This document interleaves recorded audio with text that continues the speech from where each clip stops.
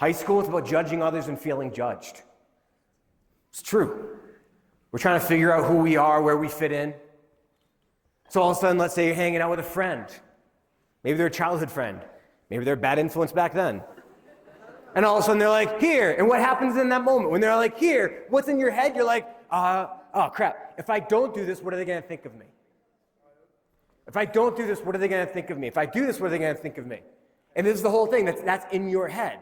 Or maybe there's other people, right? Maybe you're at a party. Maybe there's a few other. Maybe it's an upperclassman. Maybe somebody that you like. Maybe somebody you really like. And all of a sudden you see that and you're like, oh. And they're like, here. And you feel like everybody's looking at me. Everybody cares what I'm about to do right now. No, they don't. They're just self-absorbed as you are. They're all worrying about how everybody's looking at them. They're just standing there too, like, am I standing okay? What did they? Like, that's all that's in the air. That's all they got. Because each and every one of you, right, all of us, we are the main character in our own movie in our head. We are caring a lot more about us than we are about anybody else. So when you're sitting there thinking, like, what do they want me to do? This is where it gets real.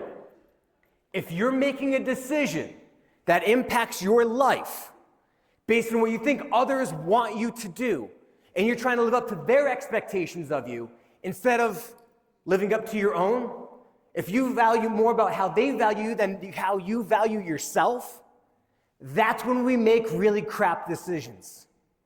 Those moments. You don't have time to think about it. Just like up here with the flipping the coin. You don't have time to think like, oh, how do I get out? The key is to think about it beforehand. Know what you're going to say. Know what you're going to do. Get all the information first. What's going to be happening here? You can avoid it altogether.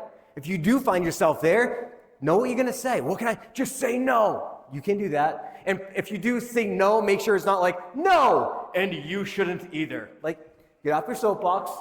You're not condemning anybody else. It's just you. Like, nah, I'm good. You can do it. I don't care what you do. You do you. That's the whole thing. Like, nah, I'm good. Nah, I tried it before. Didn't like it made me feel. Nah, good. I got asthma. I don't want to mess with that stuff. Not good, mom tested my pee. They have that nicotine test, THC test. Blame it on the parents. In fact, have a little code with the parents too. Have like your scapegoat. So if you ever find yourself in a situation you feel uncomfortable, you have a way out. Whenever I'm leaving my kid somewhere, like my daughter, if I drop her off, I will text her, how's it going? At any point throughout the night, she can text me back the word fine, F-I-N-E. And that tells me I'm uncomfortable, I want to come home. And that's when I get to be crazy dad. I get to call up and be like, hey, you didn't clean your room. I'm coming to get you. My friends be like, what? Just because you didn't clean your room? Like, yeah, no, Dad, please. No, I'm coming. Why? I'm coming to get you. Because the whole idea, I want her to know that I'm there. Or my wife will help. It's out. And that way, if her friends are like, well, what'd you text him? He asked how I was doing. I said, fine. Have that way out. Whether it's with a parent, aunt, uncle, somebody, have that person that you can turn to when you have those bad situations, know what you can do.